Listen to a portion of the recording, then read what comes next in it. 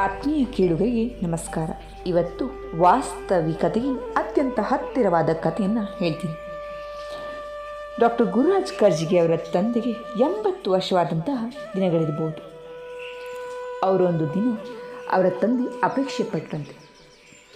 ಅದರಿಂದ ಮನೆಯವರೆಲ್ಲರಿಗೂ ಆಶ್ಚರ್ಯ ಆಗಿ ಗಾಬರಿಗಳು ಒಮ್ಮೆಲೆ ಅವರು ಗಂಭೀರವಾಗಿ ಹೇಳಿದರು, ನಾನೊಂದು ಸ್ಕೂಟರ್ ತೆಗೆದುಕೊಳ್ಬೇಕಂತ ಮಾಡಿದ್ದೇನೆ.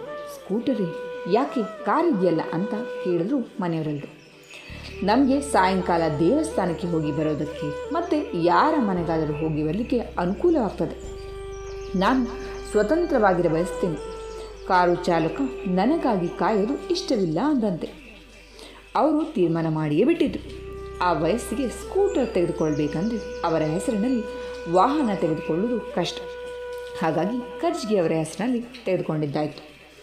ಅವರಿಗೆ ತಮಾಷೆ ಮಾಡ್ತಿದ್ರಂತೆ ಇವರು.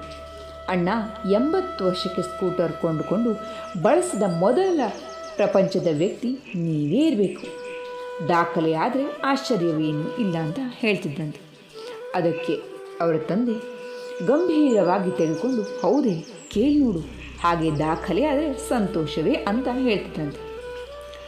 ಸುಮಾರು 3 ವರ್ಷ ಅವರು ಸ್ಕೂಟರ್ನ ಚೆನ್ನಾಗಿ ಬಳಸಿದ್ರು. ಅವರು ಸ್ಕೂಟರ್ನಲ್ಲಿ ಹೋಗ್ತಾ ಇದ್ದಾಗ ತರುಣರೆಲ್ಲ ಬೆರಗಾಗಿ ನೋಡಿದ್ದು ಉಂಟು. ನಂತರ ಮನೆಯವರೇ ಅವರಿಗೆ ಸ್ಕೂಟರನ್ನು ಬಳಸದಿರುವಂತೆ ಕೇಳಿಕೊಂಡ್ರು. ಅಣ್ಣ, ಈಗ ಬೆಂಗಳೂರಿನಲ್ಲಿ ತರುಣರಿಗೆ ದ್ವಿಚಕ್ರ ವಾಹನವನ್ನು ಓಡಿಸೋದು ಅಪಾಯಕಾರಿಯಾಗಿರುವಾಗ ನೀವು ಈ ಅಪಾಯಕ್ಕೆ ಸಿಕ್ಕಿಕೊಳ್ಳೋದು ಬೇಡ. ಅದಕ್ಕವರು, ಅವರು ಹಾಗೆ ಓಡಿಸೋದೆ ಅವರಿಗೂ ಅಪಾಯ, ನಮಗೂ ಅಪಾಯ, ನಾನು ಹಾಗೆ ಓಡಿಸೋದಿಲ್ವಲ್ಲ ಅಂತ ಹೇಳ್ತಿದ್ದಂತೆ. ಆದರೂ ಇವರ ಮಾತಿಗೆ ಒಪ್ಪಿ ಸ್ಕೂಟರ್ ಓಡಿಸೋದನ್ನು ನಿಲ್ಲಿಸಿದ್ರಂತೆ.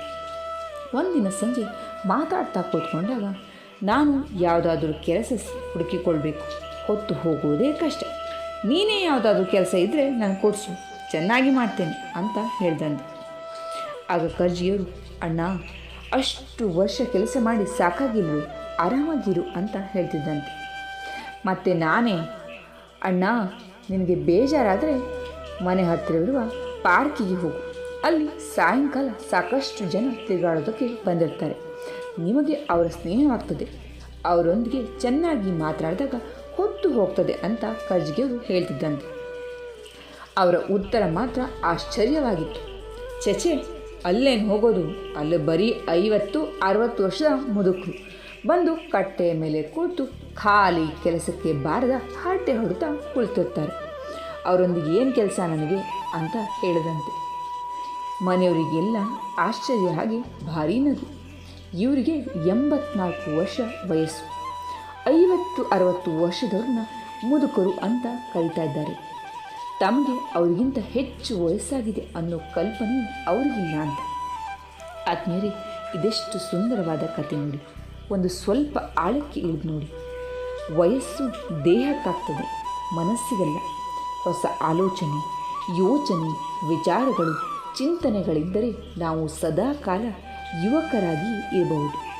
ಬರೀ ಋಣಾತ್ಮಕ ವಿಚಾರಗಳು ತುಂಬಿಕೊಂಡಾಗ 20 ವರ್ಷಕ್ಕೆ ಮುದುಕರಾಗಿರ್ತೀವಿ.